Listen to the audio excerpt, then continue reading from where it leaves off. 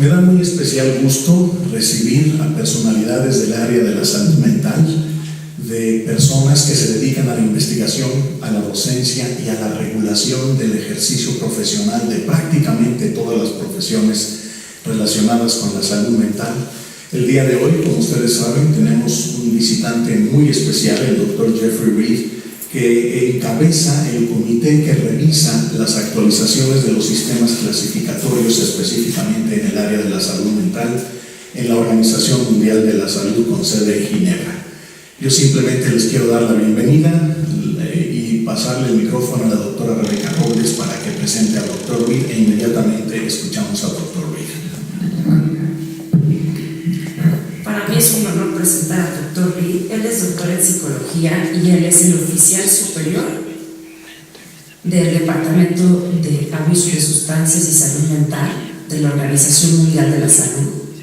Él es el responsable de la revisión técnica del capítulo 5 de trastornos mentales y del comportamiento de la Clasificación Internacional de Enfermedades en su 10ª versión. ¿Qué quiere decir todo esto? La que está en revisión es la versión 10 de la CIE y el doctor Reed debe hacerse cargo de la revisión de todos los trastornos mentales y del comportamiento incluidos en esta clasificación. Entonces, se trata, por supuesto, de una persona muy ocupada y por eso le agradecemos muchísimo que se tome el tiempo de venir a platicarnos cómo es que está desarrollándose este proceso de revisión de los capítulos, del capítulo 5 sobre trastornos mentales y del comportamiento. Es un honor tenerlo aquí, doctor Reed. Muchísimas gracias.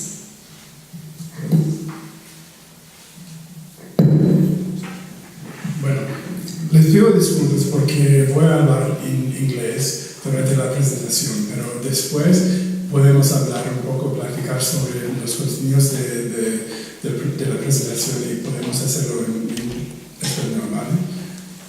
Gracias. Okay.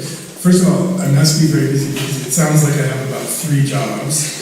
So let me be clear about this, that I'm part of what we call the Secretariat of the WHO, which means I work there. So I'm a member of the staff. And the director of the Department of Mental Health and Substance Abuse is my boss, whose name is Shekhar Saxena. And what my job is to coordinate the process of the revision of the mental and behavioral disorders part of the ICD.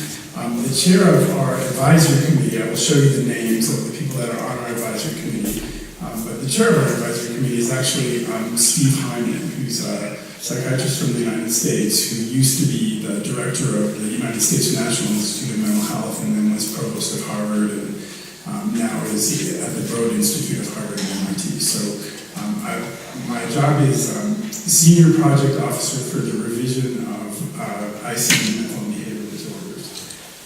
And I will just talk today to give you an overview of the process of the revision of the ICD and some of the issues that we have encountered. We are doing many field studies. There are many specific areas to talk about, and we have a very important collaboration with the team at the Instituto Nacional de Psiquiatría under the leadership of Maria Elena Mora, and they will have a lot more information also to give you about the specific activities. So they are doing with me at the Congress of the National Society of Psychiatry in Guadalajara a symposium about different parts of the ICD revision that will go into much more detail. So I've tried to convince them that they offer the same symposium here, and they can host it either here at UNAM or at the Instituto de Psiquiatría, and then more people would have a chance to see more details about the work. But if you have specific questions at the end of the presentation, of course I can give you more information about any of the things that we're doing. So first of all, I like to start by telling people what is the World Health Organization. The World Health Organization is a specialized agency of the United Nations that was established in 1948. I remember this slide. The mission of the World Health Organization is the attainment by all peoples of the highest possible level of health. And health health is defined in the WHO Constitution not only as the absence of disease and infirmity, but as a complete state of physical, social, and mental well-being.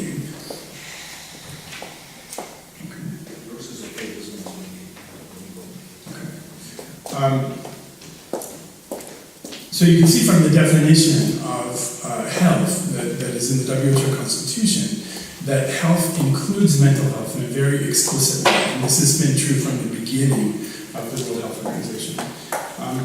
If you read the World Health Organization Constitution, when I started working there, I thought, okay, I better read the Constitution of the organization, and I expected it to be really long and really boring. But if you go to the WHO website, you can find it, and it's actually a very short document, and it's surprisingly interesting.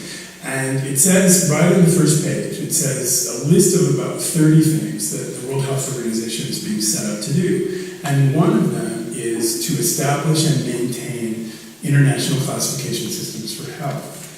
And when countries become members of the World Health Organization, we call them member states, they basically sign an international treaty that endorses the WHO Constitution. So WHO's responsibility for international health classification systems is essentially given to WHO by international treaty with 194 countries. So why do countries use the ICD? Let's keep putting on. Let's look at that.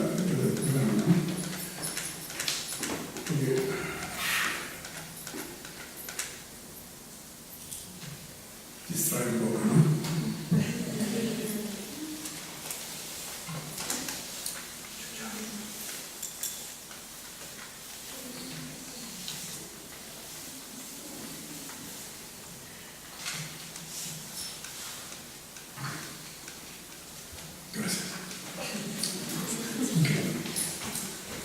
So why do countries use the ICD? What is the purpose of it? Well, the ICD was originally the International Classification of Causes of Death, and it started in the late 19th century. And the original purpose of the ICD was to keep track of why people die.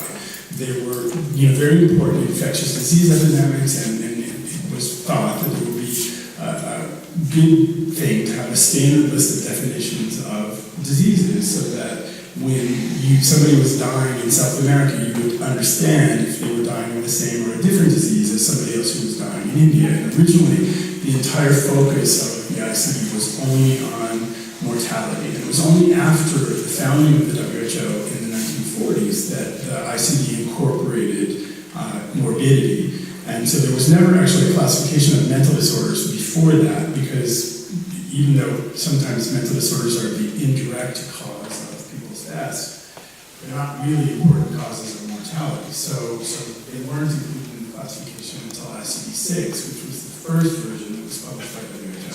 So WHO has this very long history of being involved in the founding of mental health classification. So countries use the ICD to, can you still hear me?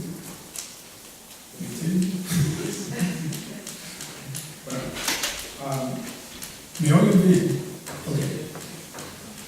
Countries use the ICD to keep track of epidemics, threats to public health, as I said. They also use it to identify people that are at risk for disease or are vulnerable in terms of health status in some way, populations that need some kind of special attention or public health intervention. They use it more and more, and it's increasingly used by national health systems as a framework for defining the obligations of the government to provide free or subsidized health services to the population. So if you have a condition that's defined in a particular way in the ICD, whether it's a mental disorder or a cardiovascular disorder or another kind of disease, then you become eligible to receive certain kinds of services that are governed by the type of condition that you have, and that's how they keep track of what services are being given for what kinds of conditions. And this is an increasingly important use of the classifications, and is also a reason that countries are increasingly interested in the ICD, because it affects them in a very direct way in terms of how their health system works and how much do they have to pay for health care. It's also used as a basis for generating diagnostic guidelines or standards of care. It doesn't really make sense to us as health professionals to have standards of care of something that's not a diagnostic condition. But if something is a diagnostic condition, then we can say, okay, here is how this should be treated. And this is our pathway of care. This is our treatment guideline that we use here in Mexico for people who have this particular kind of disease. And also, it facilitates research into what sorts of interventions will be most effective. The current revision of the ICD, which is ICD-10 into ICD-11, was mandated by the World Health Assembly. The World Health Assembly is the governing body of the WHO, and it consists of the health ministers of all 194 member countries. So they come to Geneva once a year, and we actually don't have a room in WHO that's big enough for them, so they have to meet at the Palace of the United Nations, and they have this big meeting, and they make big policy decisions about what WHO should do. People, when they talk about WHO, they think that what WHO is what we call the Secretariat, the people that work there. That's actually not true. Who's in charge of WHO is the representatives of the countries. So when the governors of WHO say, here's what you have to do, then we have to do that. We don't have a choice. So we're really just basically the secretaries, no? So the World Health Assembly said, okay, now it's time for you to undertake a revision of the ICD-10. Well, it was really overdue because the ICD-10 was approved in 1990, which means that it's over 2 decades old now. And so that means that the material that's in the ICD-10 was actually developed in the late 1980s. And since the late 1980s, there's been a lot of research and a lot of discoveries about health and health conditions. And so you can see that something that was developed then will be seriously out of date and really in need of revision. This is actually the longest period that there has ever been in the history of the ICD without a major revision. And the reasons for that is that as the ICD really becomes much more embedded in countries' health systems and gets more connected to payment systems and legislation and electronic record systems, all of that stuff has to be changed if you have a revision of the classification. So it was really, in some ways, the countries themselves that had resisted a revision. But finally they said, okay, now we really do need a new classification. The Department of Mental Health and Substance Abuse, which is the department that I'm in, is responsible for the revision, obviously, of the chapter on mental and behavioral disorders, but also we do the work in WHO that has to do with neurological conditions as well. So we're also in charge of the revision of the chapter on diseases of the nervous system. I have a colleague who's a neurologist in WHO who actually leads that part, although I work with them on a lot of the process issues and the boundary between mental disorders and neurological disorders, which is considerable. We have actually opened in the ICD 2 new chapters that will be in the ICD 11 that were not in the ICD 10, and I am also responsible with other people for the development of those chapters. And one is this chapter on sleep-wake disorders. It used to be that sleep disorders were split according to this kind of mind-body split into organic and non-organic parts, where the so-called non-organic parts of sleep disorders were in mental and behavioral disorders, and the organic parts were in diseases of the nervous system. But we know that that's not really how things work, that really you have to have a more integrated view, and that mind-body split is very outdated. So to overcome that, we have opened this new chapter on sleep-wake disorders. It's a pretty small chapter. It doesn't include a lot of things, but it's really the only way to have sort of an integrated view of this area. The other thing that we've done now is this chapter on sexuality-related conditions and dysfunctions. And again, you have the same thing. If you look at sexual dysfunctions, for example, there was the so-called non-organic sexual dysfunctions were in mental disorders, and the organic sexual dysfunctions were mostly in the chapter on diseases of the genitourinary system. So you would find organic sexual dysfunctions under the category of diseases of the penis, which is a really odd way to look at sexual dysfunctions. So again, we wanted to develop a more integrated view of sexuality, the parts of it that can't really be considered as a disease of the genitourinary system. And then there's this other chapter that has to do with pregnancy, childbirth, and puerperium, and it really is the parts of sexuality, human sexuality, that don't really belong in either of those things. So these are 2 new chapters that we're working on. We still plan to finish our technical work by the end of 2014, so that we would have all of our recommendations together about what's going to be in the new chapter and how everything will be defined, and we'll have done the field studies. So this is a very intense period of time for us. The announced date for the completion, for the approval of the ICD-11 by the World Health Assembly is 2015, but if I were to be honest with you, I would tell you that I actually don't think we'll be ready to be approved in 2015, because that means that everything has to be ready. Infectious diseases, dermatology, and I can see that some of the other areas are really not as advanced in the work as we are, and I just don't think it can be finished by 2015. So I'm guessing that it'll be pushed to 2016. But if you look at the ICD website, if you look at the WHO website, it still says officially 2015. If it goes to 2016, that will actually be fine with us, because it gives us more time to finish some of the work that we're doing now. Okay.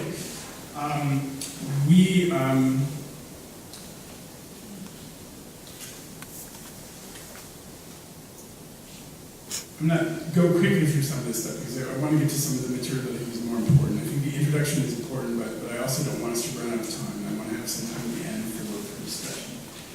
The basic principles of the revision of the ICD are listed here, that for us in the mental and behavioral disorders classification, the most important goal of the ICD would be to be a better tool for member countries to reduce the disease burden associated with mental and behavioral disorders. I could give a whole talk about the disease burden of mental and behavioral disorders, how it's responsible for this huge portion of disease burden, more than any other category of non-communicable disease, that they're at the same time drastically undertreated in low and middle income countries, which include countries like Mexico and Brazil. More than 75% of people who have a serious mental disorder don't get any treatment at all. So our goal is for the ICD-11 to really be a better tool to make an impact on the disease burden. We're focusing on clinical utility.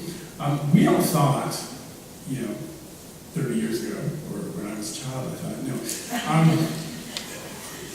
People thought that by the time we were doing the ICD-11, we would have everything done in terms of all the genetic information and all the neuroscience information. We would have a completely different kind of classification. And we would now be talking about a classification that would be completely based on our knowledge and great discoveries about the brain. And although our knowledge and great discoveries about the brain have been considerable, it still hasn't produced a body of evidence that in its totality could be the basis for a new approach to classification. If you pay attention to what the U.S. National Institute of Mental Health is doing, they have an initiative now that's called Research Domain Criteria. And this is what they're trying to do, which is really over the next 10 years or so with this program of research that they're really initiating now, is try to find a new basis for thinking about and classifying mental disorders, because they've pretty much determined that the way it's gone up to now is not really advancing science in the way that they think it needs to be advanced. And I think that's a great idea, and I hope it's really successful, and that when ICD-12 is being done by somebody else other than me, that there's a really different way to approach the classification of mental disorders. But now, we have to make the adjustments where we can, and we have to look at where we can improve. And for us, what we see is that given that the revision is happening now, the biggest chance that we have to make an improvement is to improve the clinical utility of the classification. There are big problems with the clinical utility of any mental disorders classification. I'm talking about the ICD as much as about the DSM. And so we're looking at, if we want to have the system be a better tool for reducing public health disease burden, then we need to make it more clinically useful for clinicians in day-to-day practice. Second, we have to do this in partnership with many people. I will talk about that. Countries, health professionals, consumers, and that the integrity of the system depends on its independence from influence by pharmaceutical and other commercial interests, which is not a joke, because you change the way a disease is defined, and you create a new disease and a new target for drug development, and suddenly a drug company makes $1 billion. So we have to be very careful about how we relate to the commercial interests that are potentially interested in what we do with the ICD. This is the list of our advisory group for the revision. As I said, it's chaired by Steve Hyman, but you can see that Maria Elena Mora is a member of this advisory group. She's been a member of it since the very beginning when we started the revision in 2007, and is really one of our most important collaborators. We have established about 14 different working groups in different areas to develop different parts of the revision. They're listed here. I'm not going to read them to you, but you can look at these slides at more leisure on the internet, or we'd be happy to send you more information. And what the working groups are doing is to develop the proposals for what the classification should be. They are defining the categories. They are developing the material that we need for the clinical descriptions and diagnostic guidelines and for other products that WHO will produce based on the new classification system. And in particular, I'm talking about the products that should be used by clinicians in their day-to-day practice and should make the classification usable and useful for them. The ICD is intended as a public benefit. We are a global public health agency. We're not trying to make money. You can buy the books, but you can also get the ICD free on the internet. You can look at the whole thing. Some people prefer to have a book. If you live in India, you can buy the book for about $1.50 because we made an agreement with India that they can reprint it. The paper is different, but the content is exactly the same. So what we want to do is to make it as widely available for people to use as a tool as possible. So there are obviously some important differences between the ICD and the DSM with regard to some of the things that I have discussed. The ICD is produced by a global public health agency of the United Nations. It's a public benefit. It's designed for use by everybody. It's developed as a public good. It's an open resource. It's free for people to use it. It's really meant for multidisciplinary health professionals, for countries. And it's in spite of the fact that I'm speaking to you in English, and you might be able to tell from my accent that I'm from the United States originally, the development of the classification is really a global and multilingual development. We'll talk about that more, and certainly Rebecca can tell you much more about that. And ultimately, it will be approved by the ministers of health of your country and all the other countries. So that's who will make the final decision about it. It's not being approved by the Board of Trustees of the American Psychiatric Association. I think you can read this actually if you want to go through the slides on the internet. This talks about what do we mean when we talk about clinical utility. It's things like how useful is it in conceptualizing the person's problem? Does it help you to understand what might be wrong with this person and what you might think about doing about it? Does it help you to communicate with the patient, with the family, with other professionals? Is it easy to implement in clinical practice? Does it give you relevant information? Does it take you too long to be realistically possible to do, or can you use it efficiently? Does it help you to select interventions that might be helpful or effective for a particular person? And ultimately, does it improve access to services, and does it improve public health? Now, I'm not under the illusion that we can look at improvement in public health as a function of the field studies that we're doing now, but just to keep it in focus that ultimately this is our objective. So, we've done a variety of different things to look at this issue about clinical utility. We reviewed the literature, particularly we've looked at literature from developing countries and in languages other than English.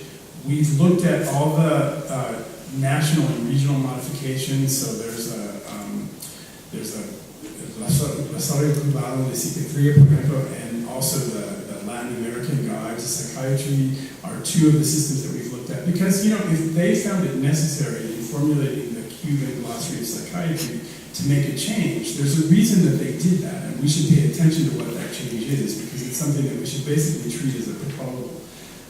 We've done a lot to look at experts' opinion and to evaluate the experiences of health professionals, and also field studies that I will be talking about.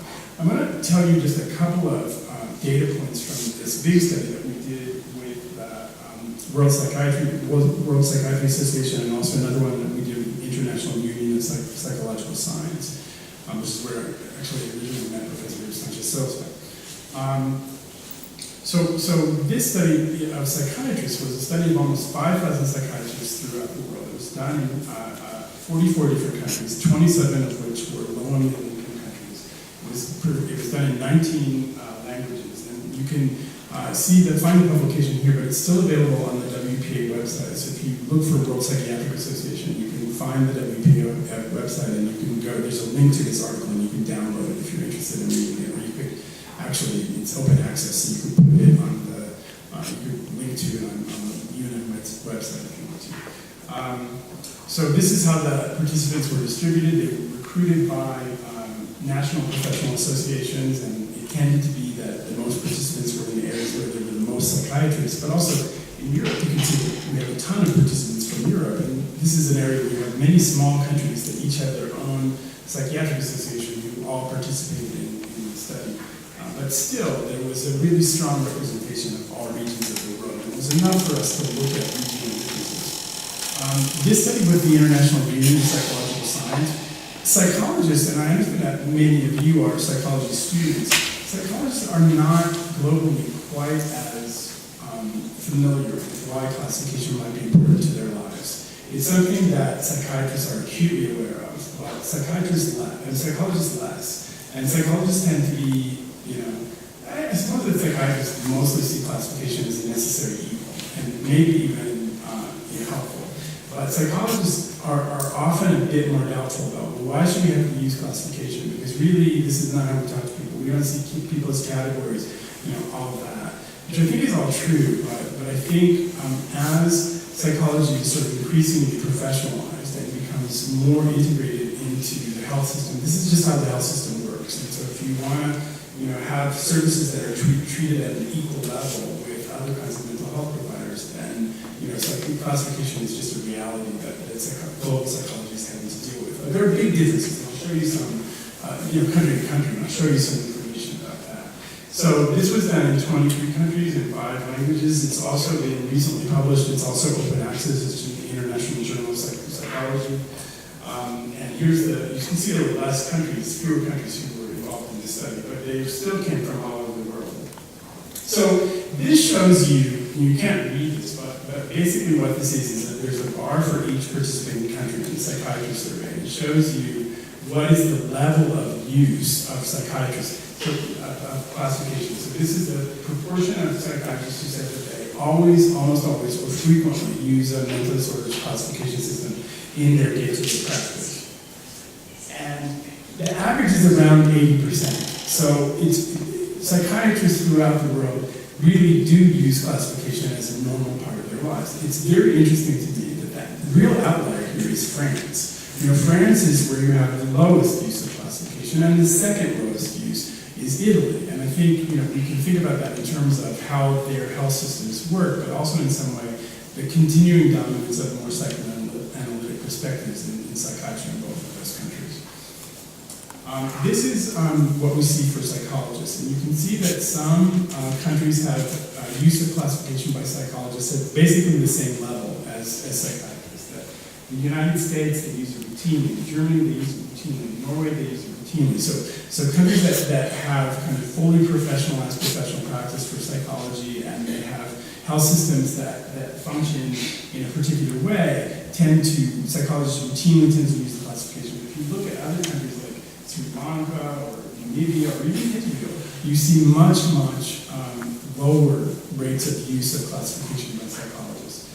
And I don't think I have this slide, but if you then ask psychologists, well, how does diagnosis happen in your country? Do you do it? Does a psychiatrist do it? There's a lot of variation in that. So the countries where you see very high rates of use of classification by psychologists are all countries, obviously, where you're allowed to make diagnosis. If psychologists are not allowed to make diagnosis, but another kind of professional has to do it, then they have much less reason to use diagnostic classification. This is the data for psychiatrists. We asked them, what is the classification system that you use the most frequently in your day-to-day clinical practice? Now remember, this is 5,000 psychiatrists throughout the world. It's not an epidemiological survey, so I'm not telling you that this is the true population percentage, but the point that I'm making is that the ICD-10 is very widely used throughout the world. 71% of psychiatrists said that the ICD was the classification system that they used most, and only 23% said that it was the DSM. So if you read the New York Times or you look at the internet, you might be forgiven for having the impression that the only important classification of mental disorders was the DSM, but in fact that's not true, and the work that we do on the ICD revision will have a major impact on mental health practice throughout the world. If we look at the same data for psychologists, we see that it's more evenly split. It's still more, psychologists still use the ICD more than they use the DSM, but it's more half and half. And I think this is because we don't really have tools for use in psychology training programs that relate to the ICD. So people get trained with the DSM, and then they go out into the world, and what are they supposed to do? So I think this would be one thing, that if we want really better data about the ICD in the world, one thing that we really have to think about is developing materials for training that will be more useful for graduate programs in psychology as well as for psychiatry training and other mental health professionals. We asked people, this is what I told you, I already told you the slide, so you can see that psychologists in many countries just contribute to diagnostic formulations that are made by other professionals, and that was 32%. It's only 57% of the international sample that said that they could independently make diagnoses. What did psychologists think were the most important purposes of classification? Well, you can see that they relate very directly to this issue of clinical utility. It was to serve as a tool to facilitate communication between clinicians, to inform decisions about treatment and management, to facilitate communication with patients. And so those were the three most important uses. Really nobody said that the most important purpose of classification was to use it in research or to generate national health statistics. We asked them, in your opinion, how many categories should classification contain to be most useful for mental health professionals? And here, if you look at the psychiatry data, which I don't have in this slide set, it's the same. You know, the vast majority of people tell you that the classification should have less than 100 categories. And you know, if you're familiar with the DSM or the ICD, they have a similar number of categories. It's way more than 200, depending on how you count them. So what mental health professionals are telling us is that they think a simpler classification system will be more useful for them. We asked them, would you think that a more useful classification will be one that offers more flexible guidance that can allow for clinical judgment and cultural variation, or would you find a classification that consists of strict and clear criteria for every single disorder? They told us that they would prefer a more flexible classification that allows more space for clinical judgment and cultural variation, which is really the history of the ICD. That's the tendency of how the ICD is written, where the DSM is really characterized by this much more rigid criteria-based approach. And interestingly, I have the data here. I'll show you the data for ICD users versus DSM users, and it's exactly the same. We have done a switch now to talk a little bit about this series of studies that we've done. I mean, we started a little late. Can we go a little late, or do we need to stop? We're okay? We did some formative field studies in the first part of the classification because we wanted to know more about how clinicians think about mental disorders. Now, why do we want to know that?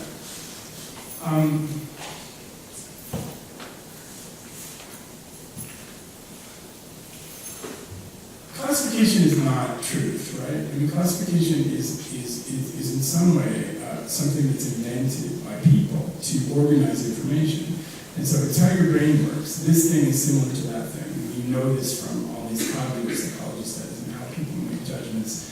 You know, it's a property of the human brain to say these things are alike, these things are not alike. But it reflects a kind of aggregation that may be based on particular features, but has some amount of arbitrariness in it. Yeah?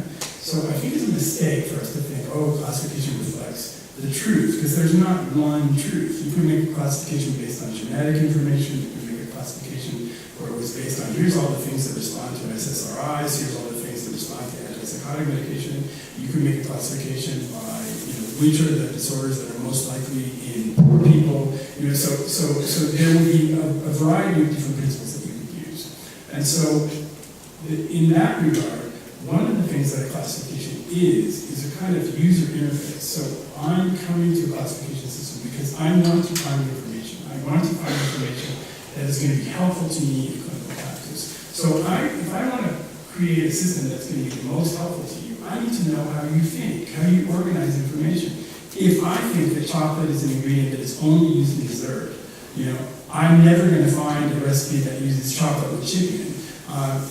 If I don't know it's there. So you have to look at how people think about how these things occur in nature as a basis for arranging the categories so that they can use the classification easily. So I'm not saying that we would ignore information about what things go together, but we need to know how do people think about this. For two reasons. If there's two ways to do something and they're both kind of equally true, you have equally valid principles of classification, like, okay, would you think about hypochondriasis as an anxiety disorder, or would you think about it as more an obsessive compulsive disorder? You can make both arguments, right? So there's actually no right answer to that question. So you can look at how clinicians think about it to help give you information about how do you make that decision. And there's other cases where you're really convinced that something is true, but clinicians don't know it. So you're looking at the fact that clinicians don't really organize the information in this way, even though you think they should. And so then what it tells you is that you need to develop education programs to try to help clinicians think about this in a different way.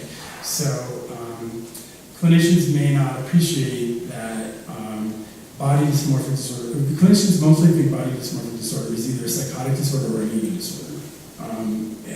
And so that both things are wrong. So you would need to know how do they think about it to be able to tell them, here's how this goes, and here's the justification for why it goes this way, and here's why it's clinically useful to you to think about it in that way. So this is why we're doing these studies of how do clinicians think about mental disorders and how they group together. So we did two big studies, one of which is published and the other which is about to be published. And we can give you the references, but this is one that I think is very interesting. I'll give you some just basic information about it. But we have all these cards with names of mental disorders on the card. So this is a picture of the cards in Spanish. And we give the cards to clinicians and we say, please divide these into piles that represent what you think are reasonable groupings of mental disorders based on your own clinical experience. We're not asking you to replicate the DSM or the ICD, to tell us what you think goes with what. And then after they do that, you say, okay, now can you combine these into bigger groups? And then you put the groups back and you say, now can you separate these into smaller groups? And you keep doing that until what you see is the hierarchy that each person forms out of these mental disorders categories. It's a really, really kind of psychological way to approach this, but actually a lot of this method comes from cultural anthropology. It's a very interesting method. So that's what we do. And then what you do is you develop for each person a distance matrix where you see how far away things are from one another, and then you put that into, cluster analysis and other kinds of statistical techniques. And so these are just the average correlation coefficients by country. So one way to summarize the data. And the point that I want to make here is obviously that clinicians all over the world see the basic structure of mental disorders as being the same. How many people have ever seen correlations of 29 in experimental studies? Not me. So what's amazing to me is that Chinese clinicians, Japanese clinicians, you can argue that the way this was done inflates the correlation coefficients. Well, yeah, but it doesn't inflate by that much. These are real correlations, and it's true that Chinese clinicians and Japanese clinicians and Brazilian clinicians and Mexican clinicians see the basic structure of mental disorders as being the same. So this would be important information for us to know if we're developing a classification system that clinicians are supposed to use. Right?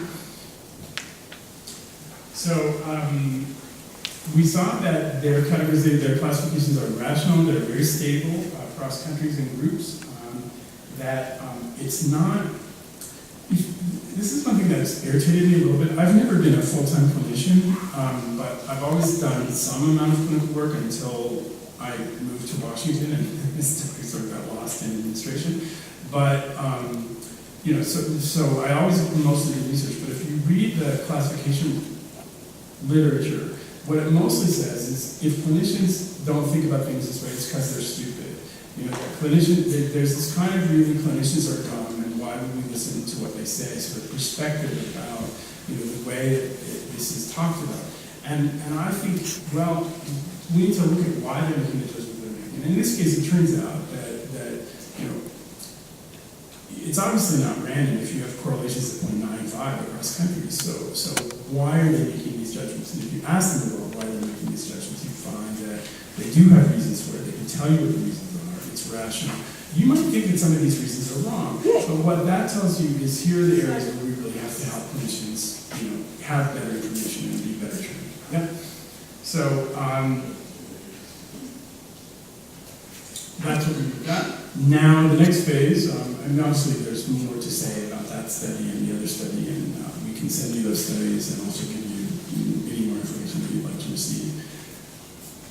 We are now moving to an evaluation mode. So we have the initial proposals for the ICD review, and so now we're trying them out with clinicians and in real-life clinical practice. And we want to look at the clinical utility of the proposals and their reliability, their validity, because at this point in the revision, we can actually take those data and feed them back into the revision process so that we can improve the classification based on what we see.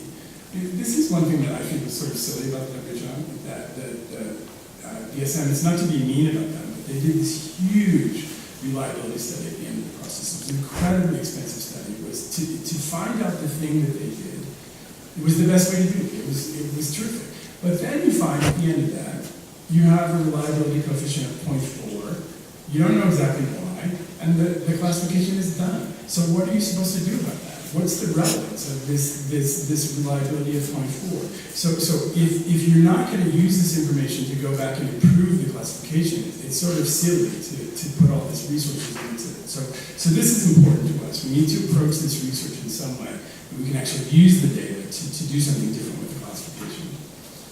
So one way that we're doing this is through we have to be very efficient about our resources. We have to work multilingually, we have to work globally, we can't go run studies in every single country, we can't be in every single clinic, we don't have the resources to do that, our constituents don't have the resources to do that, but we can do a lot of stuff that's really worth doing on the internet. So this is something that we're really emphasizing as a way of participating. And you might think, well, poor people don't have access to the internet. Well, actually, doctors in most countries do have access to the internet. They might not have streaming video. They might not have, 24 hours, 7 days a week internet, but they have internet some of the time, so they can participate.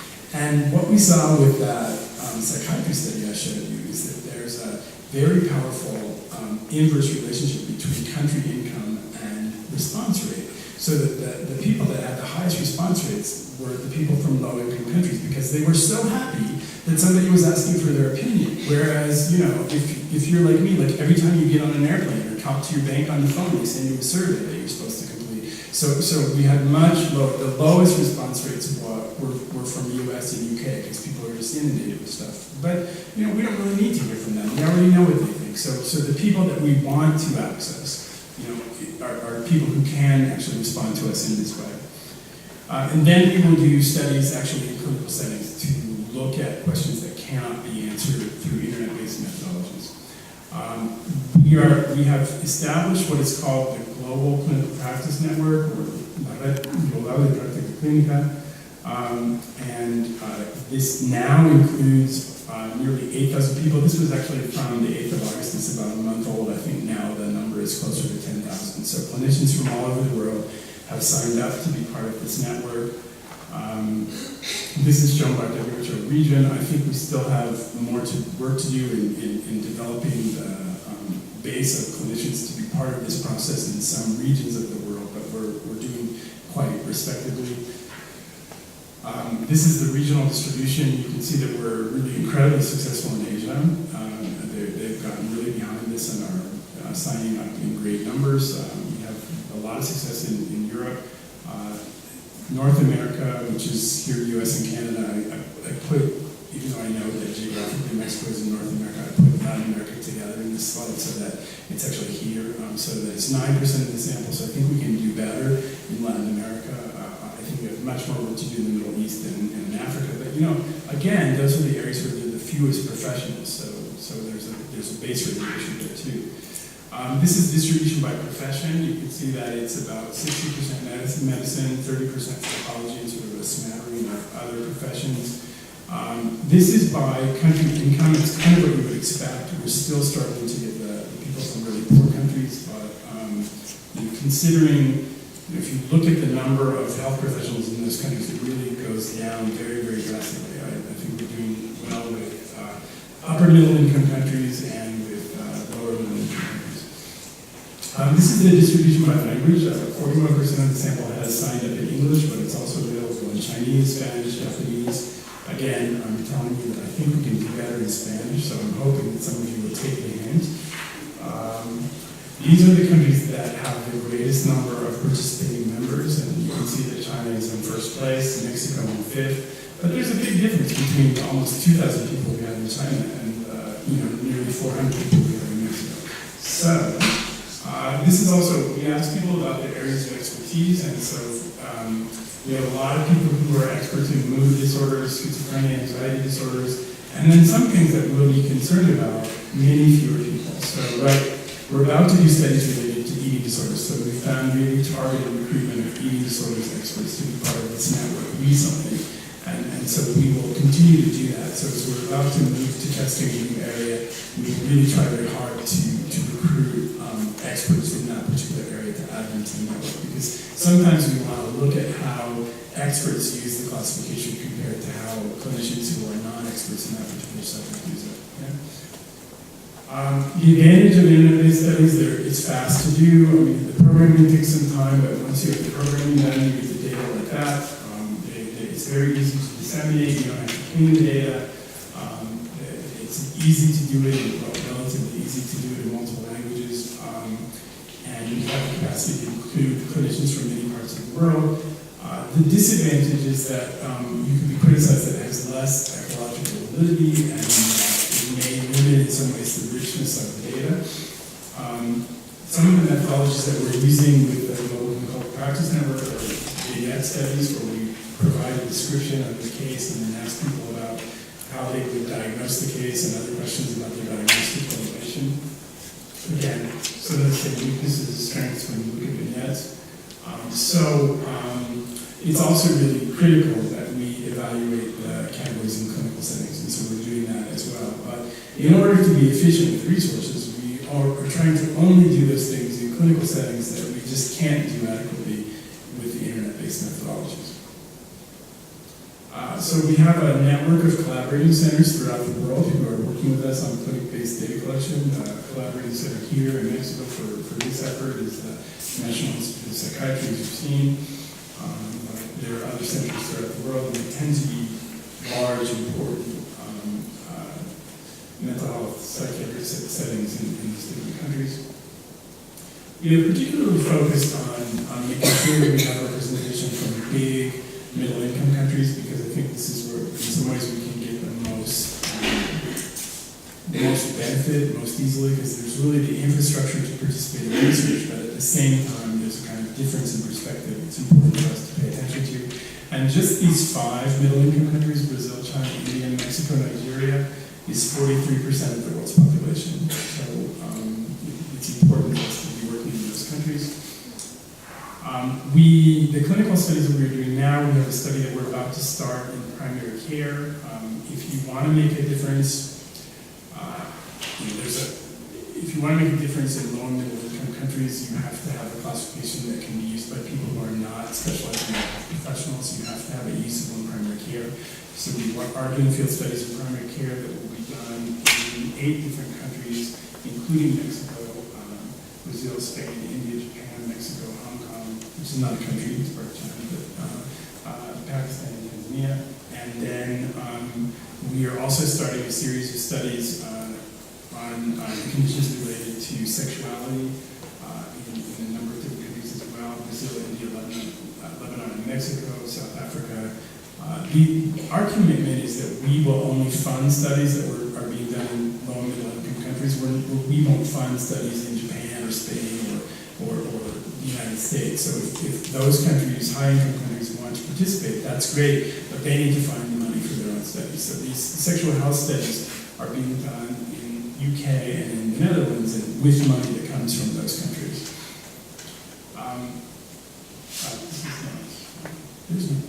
This is the symposium that we've done at the National Congress, and I hope it can be done also here in the EFIC. But most importantly, I would like you particularly to consider signing up for the Global Clinical Practice Network. This will also become an important way for you to continue to get information about the ICD revision. It's www.globalclinicalpractice.net. If you go to that address, the first thing you see is it asks you what's your preferred language, so you just click on Spanish and then the rest of everything you see is going to be in Spanish. Okay, so this was the end of what I thought I would say today, and I'd be happy to listen to comments or questions, and again, we can certainly make sure that additional information about any of what I've said is available to you. Thank you very much.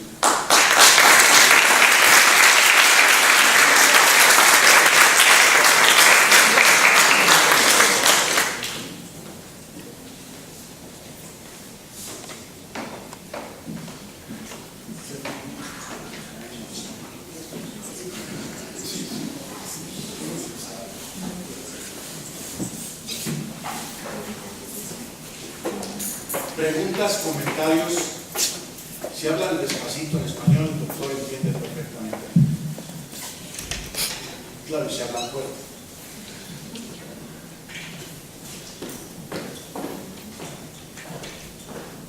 Les van a pasar un micrófono para que los escuchen en internet.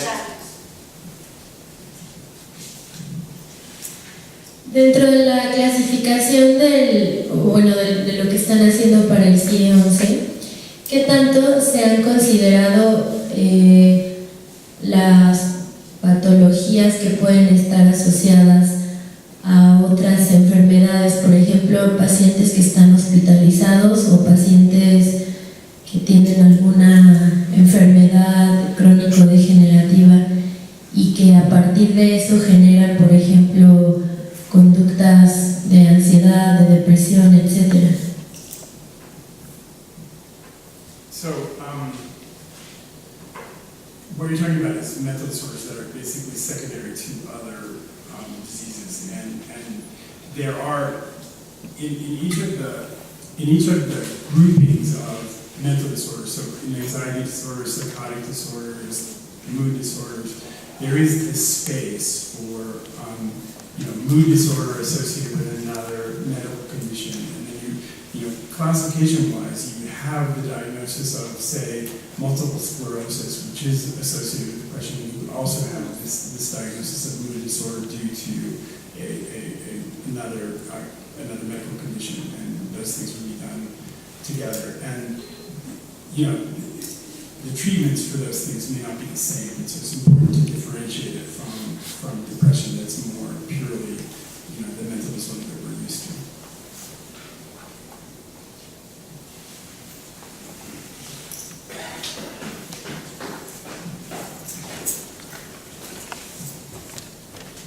Voy a hablar en español muy despacio, a ver si usted puede seguirlo. Pero se me hace muy interesante el enfoque que ha seguido, que es totalmente diferente al enfoque que se ha seguido en el DSM-5. Ya usted lo explicaba muy claramente. Fundamentalmente yo veo que es un enfoque que está muy dedicado pues, a la aceptabilidad, al trabajo clínico de todos los días, y a que las personas que trabajan clínicamente puedan utilizarlo. Se está privilegiando muchísimo aquí, pero yo diría el aspecto democrático, el aspecto de aceptación, etc. Pero sin embargo, sí me preocupa algo importante, y creo que pues, uno de los aspectos que incluso en el mismo DSM-4 también han dejado de lado es la unión entre las neurociencias, la biología y la patología. Uno como médico pues sigue pensando muchísimo en la etiología, en la evolución de los padecimientos, en los factores de riesgo y sobre todo en marcadores biológicos. Entonces yo creo que el enfoque no veo que se acerque mucho ahí. Creo que siento que es no sé, también soy consciente de las dificultades que hay de poder hacer un puente entre las neurociencias, marcadores biológicos y los padecimientos mentales, pero sí es algo democrático, algo muy aceptable, pero creo que va a quedar un poco lejos de un rigor muy fuerte, sobre todo una búsqueda constante de ver cómo funciona el cerebro, ¿no? Finalmente los padecimientos mentales pues son la respuesta del cerebro, y entonces ver una conexión entre el funcionamiento cerebral, el funcionamiento conductual y social está difícil, y creo que desde el punto de vista de la clasificación pues no veo que vaya por ese camino, pero de todos modos lo felicito porque es una tarea muy complicada, muy grande, el enfoque es interesante y creo que ya está dando frutos.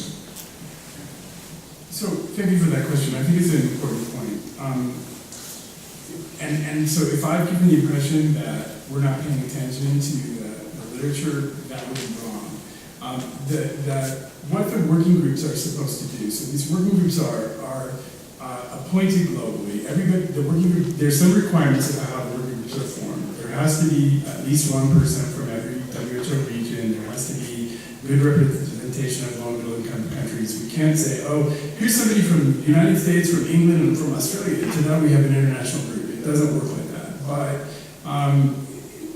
But they are normally scientists. So these working groups that have developed these proposals are really the leading scientists throughout the world in each of these areas. So their task is to review the scientific literature about the classification and to make proposals based on that knowledge. We also told them, because obviously we're aware of the DSM-5, that you should review, because at the time, all the proposals for DSM-5 were available on the DSM-5 website. And we also appointed some of the same people to our committees who were also on the DSM-5. So Mario Mai was the chair of our working group on mood disorders, and he was also on the DSM-5 committees. And Wolfgang Gabe was the chair of our group on psychotic disorders. He was also on the DSM-5 committee. So we wanted them to also consider the DSM-5 proposals and whether those were appropriate for global application. And so then they developed the proposals. So the studies have really been, the proposals have really been developed in a pretty traditional, scientifically based way that really does take account of the things you're saying about neuroscientific evidence, et cetera. So, I think, I'm a little self-conscious about saying this because I know that the expert in this area from the Institute is here, but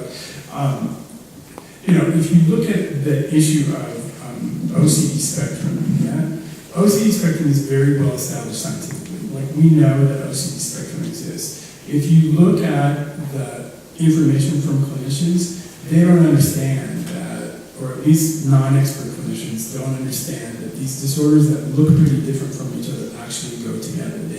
They don't see. So when we ask them these questions about please make these groupings of disorder, almost nobody would produce the OCD spectrum class. They would put OCD usually in anxiety disorders, and then body dysmorphic disorder would be either a psychotic disorder with eating disorder, would be like that. So then we say, okay, well, actually we think the evidence is strong enough for OCD spectrum that you need to learn this. And so we have OCD spectrum in the classification. There's this grouping of OCD, obsessive compulsive related disorders. But we know that this is an area that's going to be initially difficult for clinicians, for average clinicians to understand. And so we will have to develop materials to be able to teach them about this. So I presented the part that's really about clinical utility, that's about the stuff that we're doing on the clinician side, and maybe I a little bit underemphasized and gave an inaccurate perception about how we were dealing with the more traditional biological and neurological research that underlies many of the classification proposals.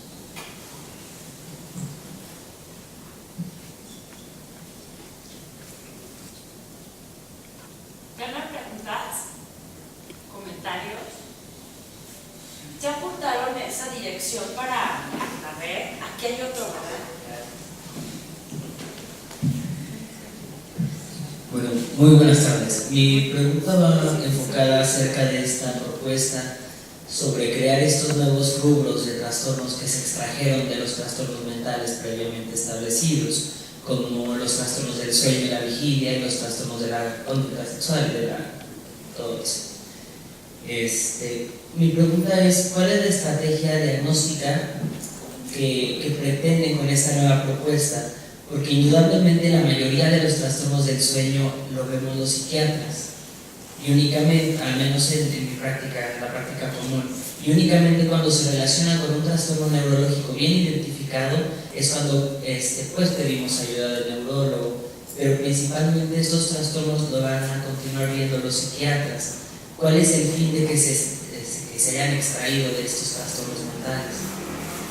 Well, so the purpose is to create a constitution that's actually more accurate. There's not, we understand now that some of the things that we thought, like parasomnias, are in the mental disorders classification. Parasomnias are not, in fact, mental disorders. Parasomnias are usually, neurological in origin. And so, when we say that something is neurological, I don't mean that all of a sudden it's not something that psychiatrists should deal with and you should send the person to a neurologist, because they don't know. They don't know what to do with somebody that's having pseudo-seizures. So the fact that there may be some basis in the brain for a particular category doesn't mean that it should be thought about as a neurological disorder.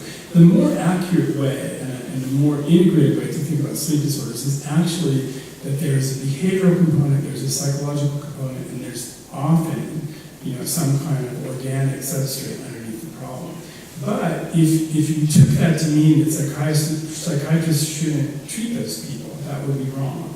So sleep medicine, in countries where there is a profession of sleep medicine, is a multidisciplinary field. You can't, it's very rare that you could do like a residency in sleep medicine. There's psychiatrists, there's neurologists, there's sometimes psychologists, and they come from different backgrounds, and all of those people would meet the categories. That most concrete answer to your question is that ICD-11 allows a kind of cross-listing of categories. So all of the sleep, if you look at the book, all of the sleep disorders will actually also appear in the mental disorders chapter, but their primary home is actually in the sleep disorders chapter. But we want to communicate clearly that it's within the practice of people who work in the area of mental health to also deal with these things. So there will be this cross-listing. The sleep disorders will appear cross-listed in the mental disorders chapter, and sexual disorders will appear cross-listed. And actually, I'm talking specifically about sexual dysfunctions and also about gender identity. There's no intention to move the paraphilic disorders out of the mental disorders chapter. So it's a specific subset of these categories, but they will be listed in two places, so that we're communicating that we're not trying to redefine professional scope of practice. That's not what it's about.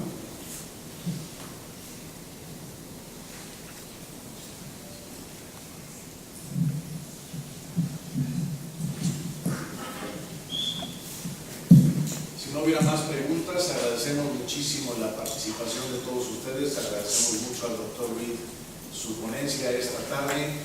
Y les invitamos a que se mantengan en contacto con las redes, tanto de científicos como de profesionales, que prácticamente cada mes nos comunican hallazgos nuevos que resultan relevantes, no solamente para la parte organizativa, conceptual de los problemas, sino también para la parte que se deriva de estos hallazgos como forma de desarrollar nuevos tratamientos en prácticamente todas las disciplinas. Muchas gracias, doctor Reed, muchas gracias, doctora Robles. Y en la próxima nos veremos. Muchísimas gracias a todos.